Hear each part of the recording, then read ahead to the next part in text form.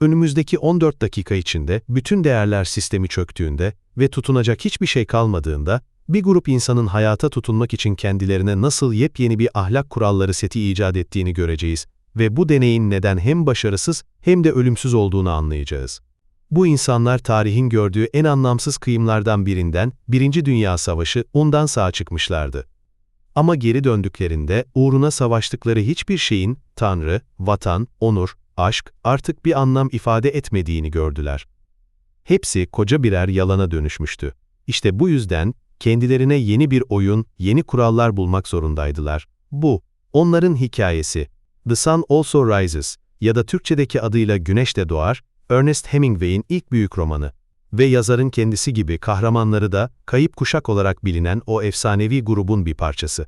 Terimi ortaya atan o dönem Paris'teki bütün Amerikalı sanatçıların manevi annesi sayılan Gertrude Stein. Bir gün genç Hemingway'e dönüp şöyle diyor: "Siz hepiniz kayıp bir kuşaksınız." Hemingway bu sözü alıp romanının mottosu yapıyor. Ama yanına bir motto daha ekliyor. Bu da kutsal kitaptan Vaiz bölümünden bir alıntı. Şöyle diyor: "Bir nesil geçer, bir nesil gelir. Ama dünya sonsuza dek kalır. Güneş doğar, güneş batar ve doğduğu yere koşar." Bu iki motto, romanın bütün gerilimini özetler aslında. Bir yanda kaybolmuşluk, amaçsızlık ve kopuş.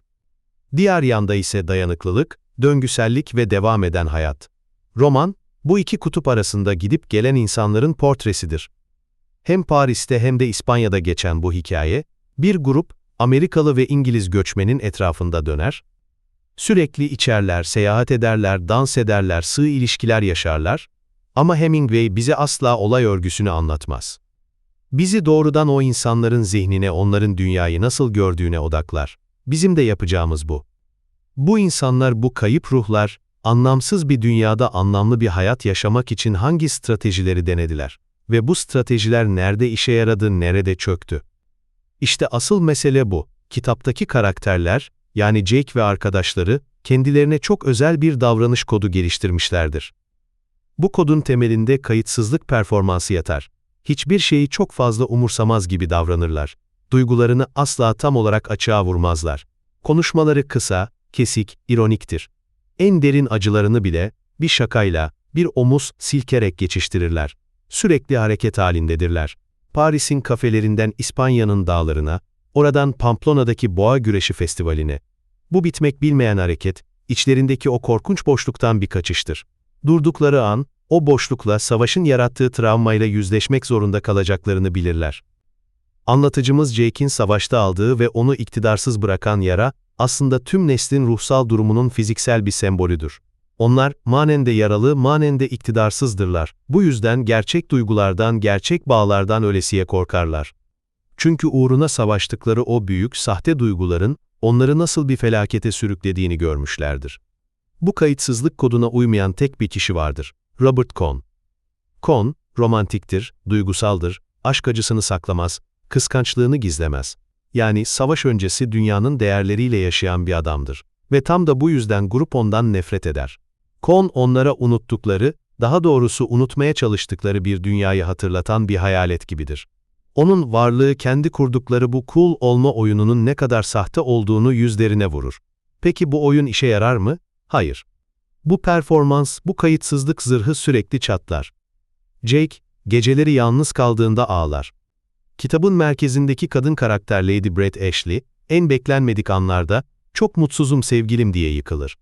Mike Campbell, iğme sarhoş olduğunda ortaya çıkan acımasız, saldırgan krizleri, bu bastırılmış acının birer patlamasıdır. Yani bu kod, bir tedavi değildir. Sadece bir uyuşturucudur. Ve her uyuşturucu gibi etkisi geçtiğinde gerçeklik, daha da sert bir şekilde geri döner.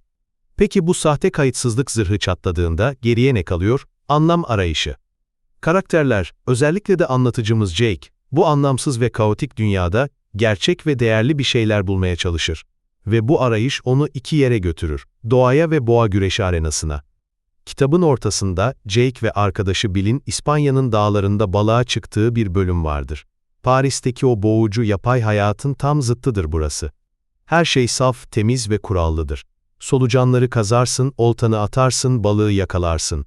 Eylem ve sonuç arasında dolaysız, bozulmamış bir ilişki vardır. Burası, ahlaki belirsizliklerden arınmış bir sığınaktır. doğanın kendi kuralları vardır ve bu kurallar dürüsttür. Ama asıl değerler sistemi Pamplona'daki Boğa Güreşi Festivali'nde, yani San Fermin'de bulunur. Jake için boğa güreşi basit bir gösteri değil, bir ritüeldir. Ölümle yüzleşmenin estetik ve ahlaki bir kodudur. Ve bu kodun vücut bulmuş hali, genç matador Pedro Romero'dur. Romero, diğer karakterlerin aksine, kayıp değildir. Ne istediğini bilir. Hayatını adadığı bir tutkusu, bir afişini vardır. Arenaya çıktığında, bunu bir tanrı ya da bir vatan için değil, kendi kişisel bütünlüğü, sanatının saflığı için yapar. Ölümle burun buruna geldiğinde sergilediği o sakin zarafet, o mutlak kontrol, Jake'in ve arkadaşlarının sahip olmadığı her şeydir. Romero, onların dünyasında bir kahramandır, çünkü hayatına anlam ve biçim veren net bir kurallar setine sahiptir. Peki bu bir çözüm mü? Tam olarak değil. Jake, bu değerler sistemini ancak bir seyirci olarak tecrübe edebilir. Onu takdir eder, anlar ama asla onun bir parçası olamaz. Çünkü arenanın içindeki o saf, temiz kurallar, dışarıdaki kirli insan dünyasıyla temas ettiği an bozulur. Nitekim, grubun kaotik yaşam tarzının en büyük sembolü olan Brett, genç ve saf matador, Romero'yu baştan çıkarır. Onu kendi çürümüş dünyalarına çeker. Romero, arenadaki tanrısallığını bir geceliğine de olsa kaybeder ve onların karmaşasına dahil olur. Bu da bize gösterir ki, bu tür saf estetik kodlar bile hayatın karmaşası karşısında kırılgandır. Onlar da kalıcı bir sığınak sunamaz. Ve bu bizi, romanın en sarsıcı ve en temel fikrine getiriyor. İktidarsızlık ve kayıp erkeklik. Dediğimiz gibi, Jake'in savaşta aldığı fiziksel yara, sadece kişisel bir trajedi değil, bütün bir neslin metaforudur. Bu nesil, manevi olarak kısırdır. Yeni bir dünya kuramaz, kalıcı ilişkiler yaratamaz, geleceğe bir şey aktaramaz. Jake'in Brett'e olan aşkının imkansızlığı da, romanın merkezindeki en güçlü semboldür. Bu, basit bir aşk hikayesi değil. Bu, bir neslin aradığı doyuma, mutluluğa ve bütünlüğe asla ulaşamayacağının anlatısıdır. Herkesin arzuladığı ama kimsenin tam olarak sahip olamadığı kadın olan Brett, bu ulaşılamaz tatminin ta kendisidir. Hemingway, Jake'i diğer erkek karakterlerle karşılaştırarak bu fikri daha da derinleştirir. Robert Kohn, eski dünyanın romantik erkeğidir, naiftir ama aynı zamanda üretkendir, çocukları vardır. Mike Campbell, iflas etmiş bir aristokrattır, erkekliği, içi boş bir cesaret gösterisinden ibarettir. Ve sonra Pedro Romero vardır, matador. O, gücün, virilitenin, tamlığın simgesidir. Ölümü yönetebilen adamdır. Brett'in ona çekilmesi, aslında diğer erkeklerin kaybettiği bu bütünlüğe, bu kırılmamış erkekliğe duyduğu özlemdir. Fakat Hemingway burada sadece bir savaş yarasını anlatmıyor. Asker, kahraman, aile reisi gibi geleneksel erkeklik tanımları yıkıldığında erkek olmak ne anlama gelir sorusunu soruyor. Jake'in mücadelesi, fiziksel güce ya da geleneksel rollere dayanmayan yeni bir erkeklik, yeni bir onur anlayışı bulma mücadelesidir. Onun gücü, dayanıklılığında yatar. O, her şeyin sonunda ayakta kalandır. O, olayları gözlemleyen, bedeli ödeyen ve her şeye rağmen devam edendir. Final sahnesinde, Brett ona, "Ah, Jake, birlikte ne kadar harika vakit geçirebilirdik" dediğinde, Jake'in cevabı, romanın özeti gibidir. Evet. Bunu düşünmek hoş değil mi? Bu, ne romantik bir hayıflanma, ne de tam bir kayıtsızlıktır.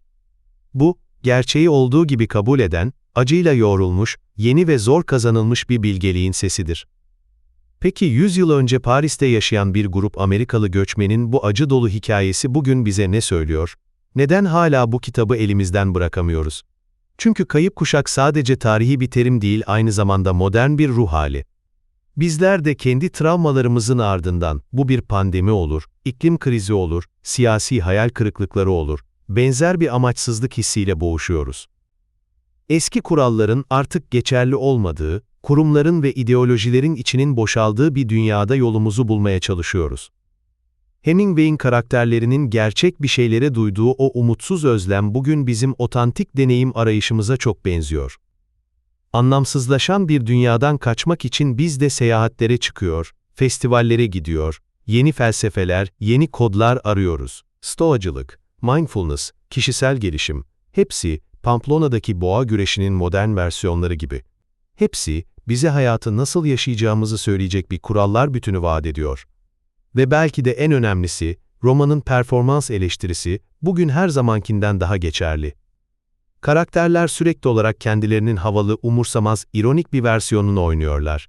Bu, sosyal medya çağında yaşayan bizlere çok tanıdık gelmiyor mu?